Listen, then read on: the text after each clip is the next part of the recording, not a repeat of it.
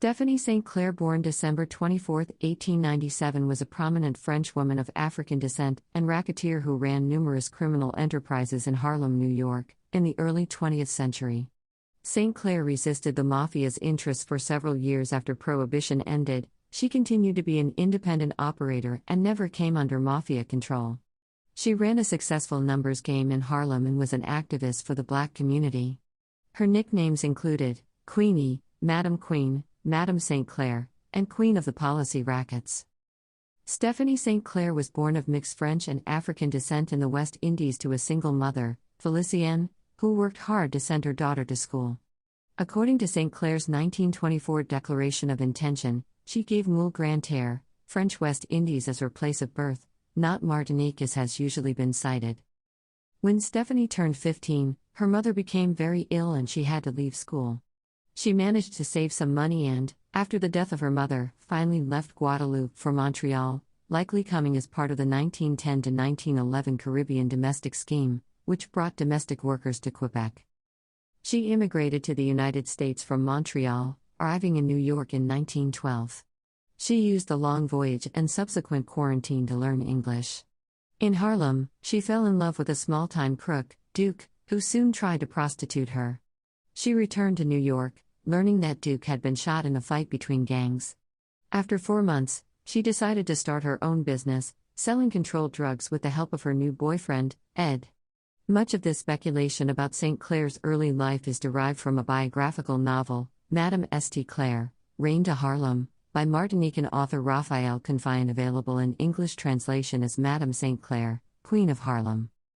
After a few months, she had made $30,000 and told Ed she wanted to leave him and start her own business. Ed tried to strangle her and she pushed him away with such force that he cracked his skull against a table and died. For months afterwards, she employed her own men, bribed cops, and on April 12, 1917, invested $10,000 of her own money in a clandestine lottery game in Harlem. As a result of her success running one of the leading numbers games in the city, she became known throughout Manhattan as Queenie, but Harlem residents referred to her as Madame St. Clair. She was involved in policy banking, which was a mixture of investing, gambling, and playing the lottery. Many banks at this time would not accept black customers, so they were not able to invest legally. Policy banking wasn't technically legal, but it was one of the few options offered to black Harlem residents who wished to invest their money. It was also a predominantly black industry, which allowed many bankers to have a sense of agency that would not be possible in white-dominated fields. In this way, St. Clair used the underground economy in Harlem to address race politics. At this time, the numbers game in Harlem was male-dominated, and St. Clair was one of the only women involved. St. Clair helped the black community in Harlem by providing many with jobs such as numbers runners. She also helped her community by donating money to programs that promoted racial progress. Because of her success in the numbers game, she lived a lavish life, making over $20,000 a year in the 1920s. St. Clair was known to put out ads in the local newspapers educating the Harlem community about their legal rights, advocating for voting rights, and calling out police brutality against the black community. Several times she complained to local authorities about harassment by the police. When they paid no heed, she ran advertisements in Harlem newspapers, accusing senior police officers of corruption. The police responded by arresting her on a trumped-up charge, and she spent 8 months in a workhouse. In response, she testified to the Seabury Commission about the kickbacks she had paid police officers and those who had participated in the Harlem numbers game. The commission subsequently fired more than a dozen police officers. After the end of Prohibition, Jewish and Italian-American crime families saw a decrease in profits, and decided to move in on the Harlem gambling scene. Bronx-based mob boss Dutch Schultz was the first to move in, beating and killing numbers operators who would not pay him protection. St. Clair and her chief enforcer Ellsworth Bumpy Johnson refused to pay protection to Schultz, despite the violence and intimidation by police they faced. St. Clair responded by attacking the storefronts of businesses that ran Dutch Schultz's betting operations and tipping off the police about him. This resulted in the police raiding his house, arresting more than a dozen of his employees and seizing approximately $12 million.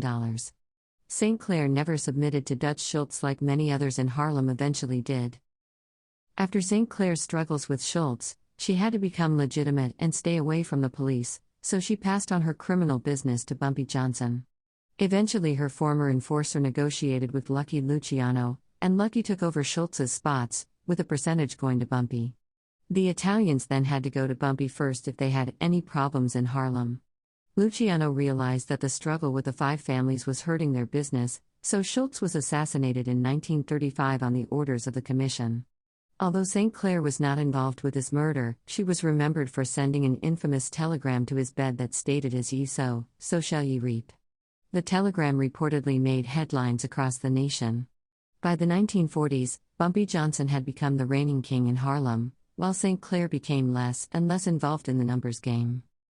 After St. Clair retired from the numbers game, she started a new era of her life as an advocate for political reform. In the late 1930s, St. Clair met her husband, Sufi Abdul Hamid, known as the Black Hitler for his anti-Semitic, Nazi fashion of activism. Hamid was a militant activist and was the leader of an Islamic Buddhist cult. St. Clair and Hamid's marriage went downhill quickly when he started cheating with a black fortune teller known as Fu Fuddum. Hamid and Fuddum Matthews attempted to open a business with St. Clair's money, and their marriage officially ended in 1938 when Hamid was shot. St. Clair was charged for shooting at him and spent 10 years in the Bedford Hills Correctional Facility for Women in New York. After she was released from prison, St. Clair continued her work in informing those in the community of their civil liberties. She continued to write columns in the local newspaper about discrimination, police brutality, illegal search raids, and other issues facing the black community. She died quietly and still wealthy in 1969, shortly before her 73rd birthday.